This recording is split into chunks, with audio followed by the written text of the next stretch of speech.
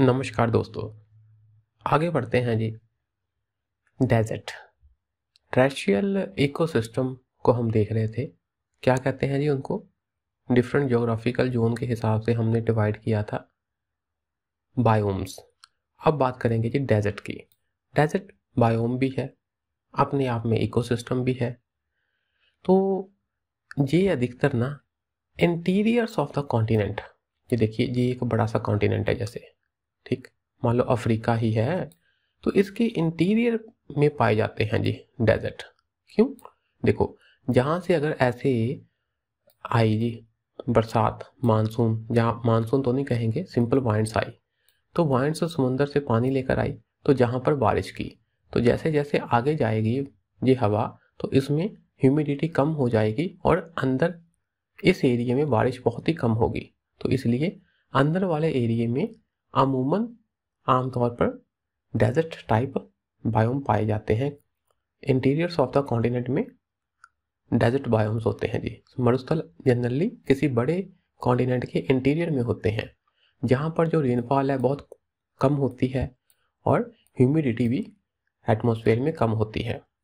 जो दिन होते हैं वो जनरली बहुत गर्म होते हैं, पर हाँ, रात, नाइट्स आर कोल्ड, रातें ठंडी होती है।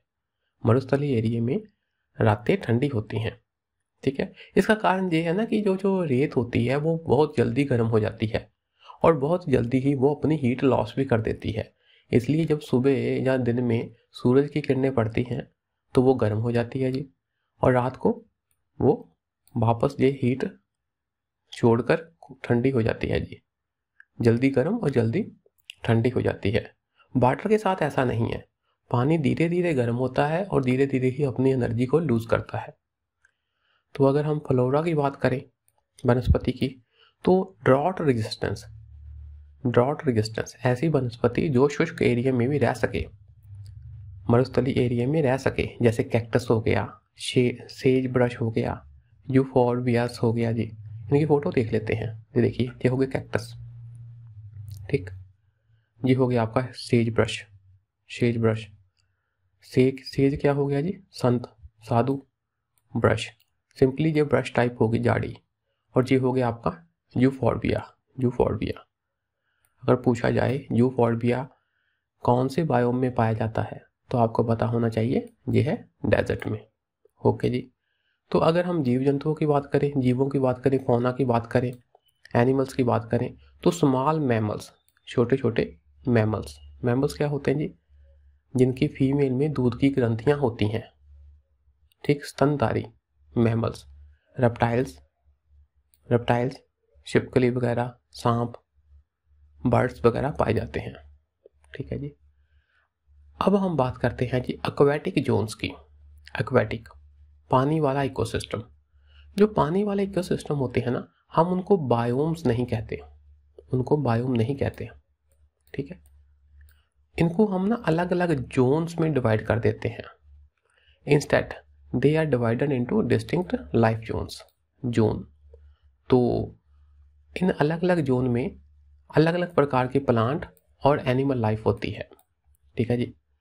तो इन अलग अलग जोन को डिफाइन करने के पैरामीटर कौन कौन से हैं?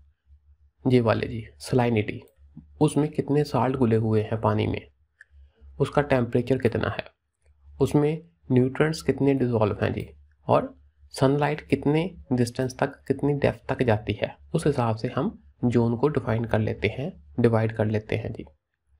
Depending upon the difference of salinity, अगर हम सिर्फ सलाइनिटी की बात करें तो हम एक्वेटिक इकोसिस्टम को फ्रेश वाटर और मैरीन इकोसिस्टम कह देते हैं।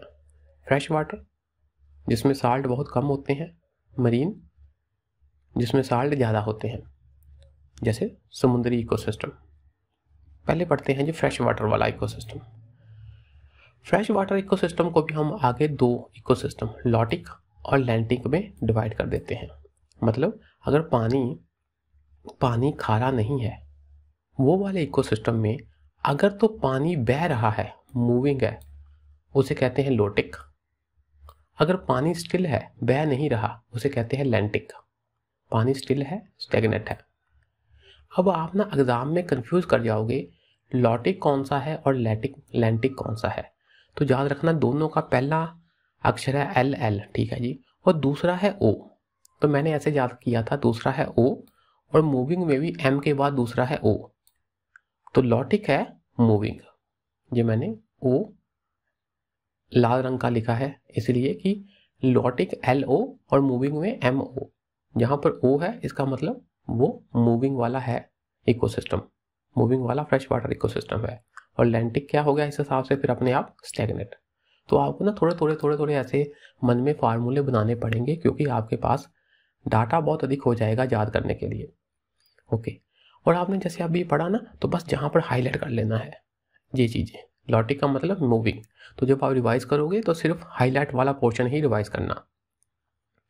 तो मूविंग वाले में, लॉटिक में, जैसे आपकी नदियाँ हो गई, छोटी नदियाँ, बड़ी नदियाँ, है ना, छोटे छोटे क्रीक्स हो गए, स्प्रिंग्स हो गए। अच्छा, अब आपने ना पढ़ते वक्त उतना कंफ्यूज नहीं करना अपने आप को, स्ट्रीम क्या हुई, रिवर क्या हुई, रिवुलेट्स क्या हुए। बेसिकली ये सब नदियाँ ही हैं, छोटी बड़ियाँ, उस हिसाब से जो बहता है पानी, किसी को स्ट्रीम कह देते हैं, किसी को रिवर कह देते हैं, किसी को रिवुलेट्स कह देते हैं। उसी प्रकार जो ज़मीन से थोड़ा दसा हुआ एरिया होता है उसमें जो पानी बहता है उसे क्रीक कह देते हैं, और जो पानी के झरने होते हैं उसे स्प्रिंग कह देते हैं। अब बाई चांस आपको मान लो कि जहाँ पर क्रीक का मतलब नहीं समझ लगा, मैं भी आपको नहीं समझा पाया, तो बस वीडियो पॉज करनी है, उसी समय गूगल पर यूट्यूब पर जाकर देख लेना है। साइंस में ऐसा ही है जी, आपने अपने वो वाले कंसेप्ट क्लियर करने हैं, रुक रुक कर यूट्यूब पर देखकर, गूगल में देखकर, ऐसे।